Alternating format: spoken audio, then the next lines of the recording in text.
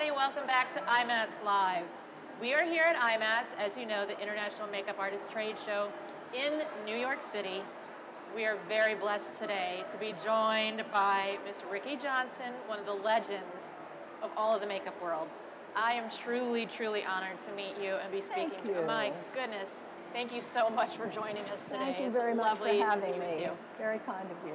Now, probably you're most famous recently for being on 60 Minutes. You're a makeup artist in the film and television world that had your own segment about you on 60 Minutes. That was very kind of them. Can you tell us a little bit about that? Well, I think it stemmed from an article that they wrote in the New York Post. I had a phone call from someone there, and he asked me a whole bunch of questions, and I thought it was going to be a paragraph. And it turned out to be a page with a picture. So I think they decided that they might elaborate on that, and I think that's how it happened. But I've been with 60 Minutes for a very long time. Right, because you're a makeup artist for 60 Minutes. Yes. I worked from the very beginning of the show, which was quite a long time ago. The original makeup artist was Frances Arvold, and I would fill in for her when she couldn't do it because she worked with Walter Cronkite as well, and she couldn't be in two places at one time, so I filled in. And then when she left and retired, I got hired. So how many years have you been working with 60 Minutes? How many years has it been on? I've lost count. Wow, at least 25. More. 30. Oh, more. Yeah, I think it's closer to 40. And you've been there the whole time? Yes. Wow. Yes. Yes. My goodness. It must have felt really strange to be on the other side of the camera, them shooting you instead of you the other way around, huh? Yes, it was, and it is today as well. And then you also work for another Sunday TV morning. show, Sunday Morning. CBS Yes, with Charles Sunday Osgood. Morning. Yes, yes. A little overachiever, are we? I don't think so, because I worked a whole lot of other shows and worked many, many shows through the years. I started in 1950, and I was just a wee child. But I, like you, started out as an actor. And I came back to New York. My home was at the time in New Jersey. But I came to New York and was making rounds with a friend. And he suggested that we go over to NBC to see whether they might have some work. As an actor? As an actor. But they were looking for tech people. Mm-hmm. And I thought, well, maybe I could be a stage manager. But they weren't hiring women stage managers at that time. So they offered me a job as a makeup artist and told me how much it would pay, and it sounded okay, but that really wasn't what I thought I wanted to do. So I said, no, thank you, and I walked out, and I met my friend in the corridor, and he said, what happened? And I told him, and he said, why don't you take it? You'll get your foot in the door. So I said, okay. So I turned around, and I went back, and I said, I've changed my mind. I think I'll take it. He was about to throw the application in the garbage. But he then sent me up to meet Dick Smith. You were just talking about Dick Smith. Yes, yes. And he is a real legend and a wonderful teacher. So he taught me really, really the basics of television. I was an art major in college, so I knew about light and shadow, and I knew a little bit about... But did you know makeup at the time? No, but I knew about handling brushes, and I knew, the tools were not unfamiliar. And I had a little bit of training at the Pasadena Playhouse, where I got my master's. And so I started really with Dick. That is just... He was wonderful. He took me one day into a control room, and we sat in the back. In those days, it was black and white television, of course. And we sat in the back, and he would whisper to me about what the lighting was doing, and the highlights and the shadows, and how you counteract that, and the colors. And he was so kind. Really, the basics really I got from Dick. And you mentioned that he was one of the first to actually hire women makeup artists because it was all men back in the day. That's right. They were all men makeup artists in Hollywood. And what do you think? Why did he decide to start doing that? Thank goodness he did. But I think he just was open-minded. Yeah. He just didn't see that as an impediment. Thank goodness. Thank goodness. Thank goodness. Well, Or we wouldn't have had you getting your... Or you. It's funny, we do have a lot of accolades. the same coincidences Yes. where we both started off in the business as actors Yes. and kind of fell into makeup. Right. And I also kind of started my first job not really knowing any beauty makeup. I knew effects makeup, but not beauty, but I said I did, and I Yes. just winged it, the same thing. Really, So- same thing. Well, I worked on shows that are history. You know, Your Show of Shows, Imogene Coke and Sid Caesar. Oh my goodness, I can't think. Whenever you worked with the Beatles, right? I worked with the Beatles, but that was later. But with NBC, I worked with Milton Berle. He's the one I was trying to pull up. Uh-huh. And then the first night show, the first evening show that became the late night show, stemmed at that time as well.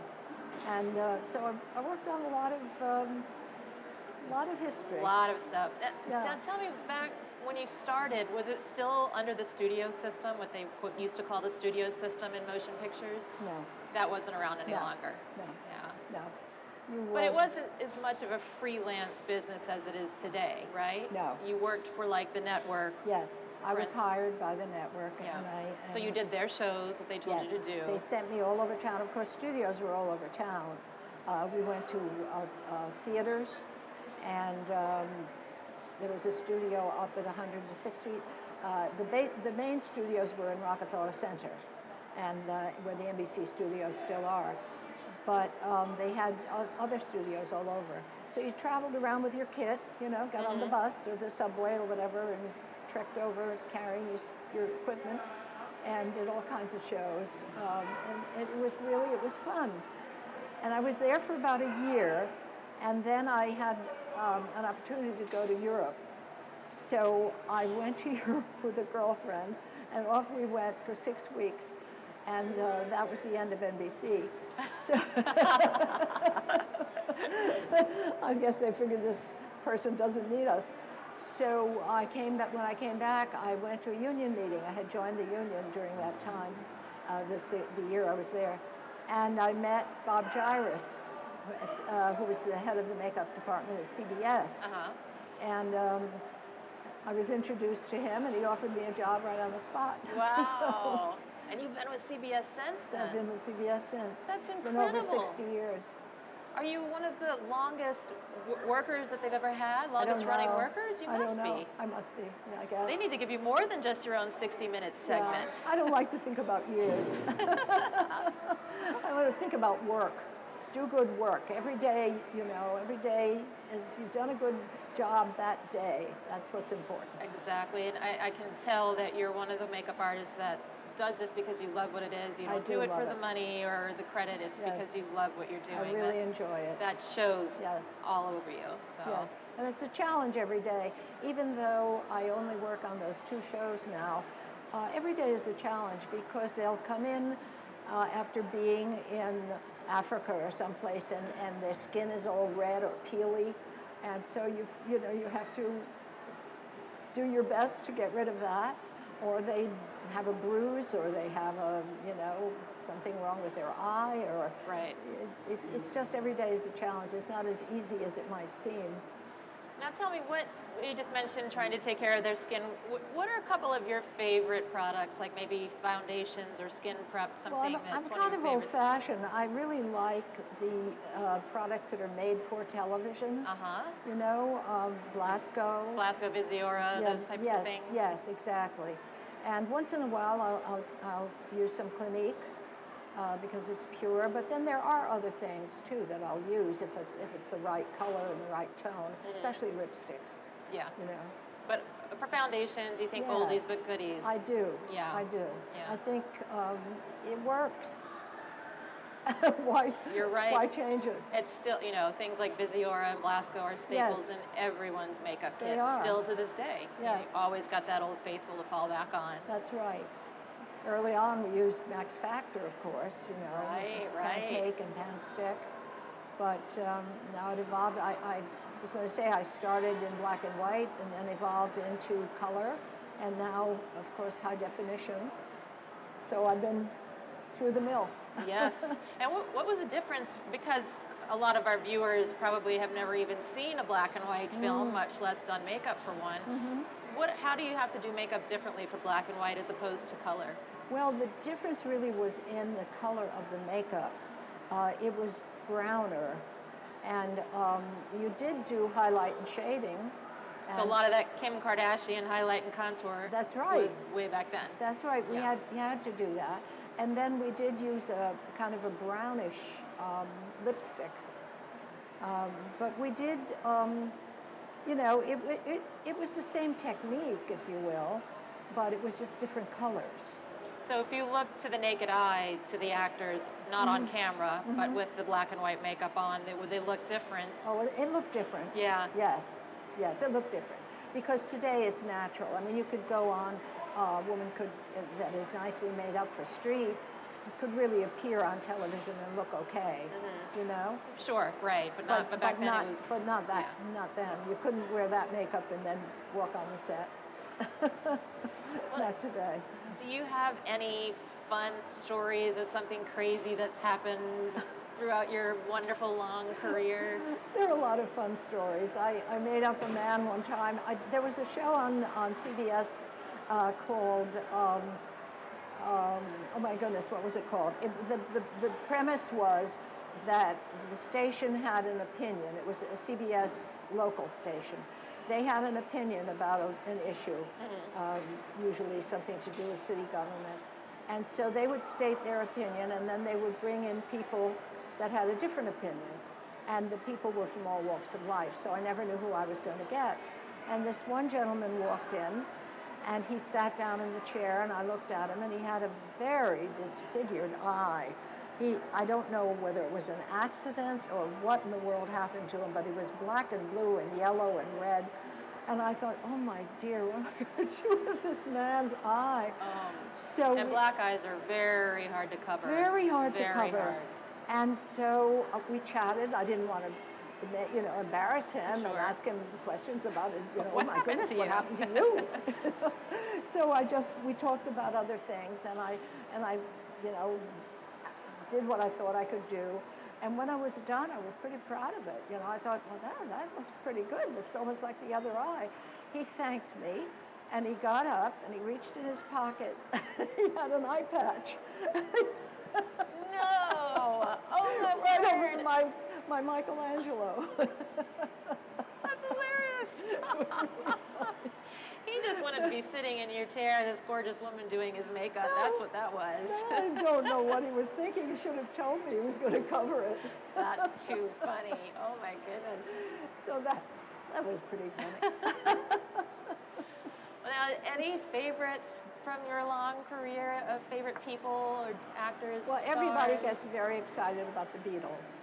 And about the Beatles. The Beatles. And what did you do with the Beatles? What was the makeup that was black and white also, It was a TV for them on television. Yeah. So, first of all, we didn't know who they were. We knew that they were a group that came in from England, and that the young people, because there were a lot of young people outside of the studio yelling and screaming and carrying on, but we didn't really know what impact they would have in the music world. So when they came in, it was time to make them up, and we had other people on the show as well. We had other stars, and there was a man in charge, and he was giving out the instructions about who to go, which makeup artist should go to which star. And so I said, "What about that group from London?" And he looked at me and he said, "You can have them." Really? They really, They had no idea. They had no idea. They were, they were long-haired, we thought. We didn't know what long hair was going to be. But they really we didn't know anything about them. So I went up to make them up, and they were lovely. They were very kind, very gentlemanly. And I made them up one after the other, and I went down. Oh, I called home. I have a large family, And I called home and I said to my husband, maybe you could bring the children to the dress rehearsal because this is going to be an important event. And the children were having a very good time at home playing, and they were a little young to really understand what this meant. So they decided not to come. And of course now they regret it, of course. But anyway, I made them up and the rest is history. A few years ago, I had the occasion to meet, what's his face, Paul McCartney. And he was doing an interview with Dan Rather at CBS. Did he remember you? So I mentioned to him that I had made him up, and he looked at me and he said, and you used pancake makeup and eyeliner. And when we asked you about the eyeliner, you said, it'll be fine. Wow, and you remembered that. And I was awestruck. I said, and it was. And it was. Not only that, but it might have helped make your career. Wow. Yeah. Oh, my goodness. It was really nice. Very nice. Tell us, what, for someone that's a pro in the business or starting out in the business, what is your secret to longevity that you not only have been able to be employed for this long at wonderful places and jobs, Yes. but that you haven't worn yourself out and tired out of the business and gotten sick of it? What's the secret to the longevity of that? I really can't tell you. I think it's because I enjoy very much what I do. I respect who I'm working with. I try to be as professional as I can, and I don't know. I just take good care, and try to do the best I can. I want them to look better. Yeah. I want them to look good. Right. And so when they do, then I feel like I have done my job.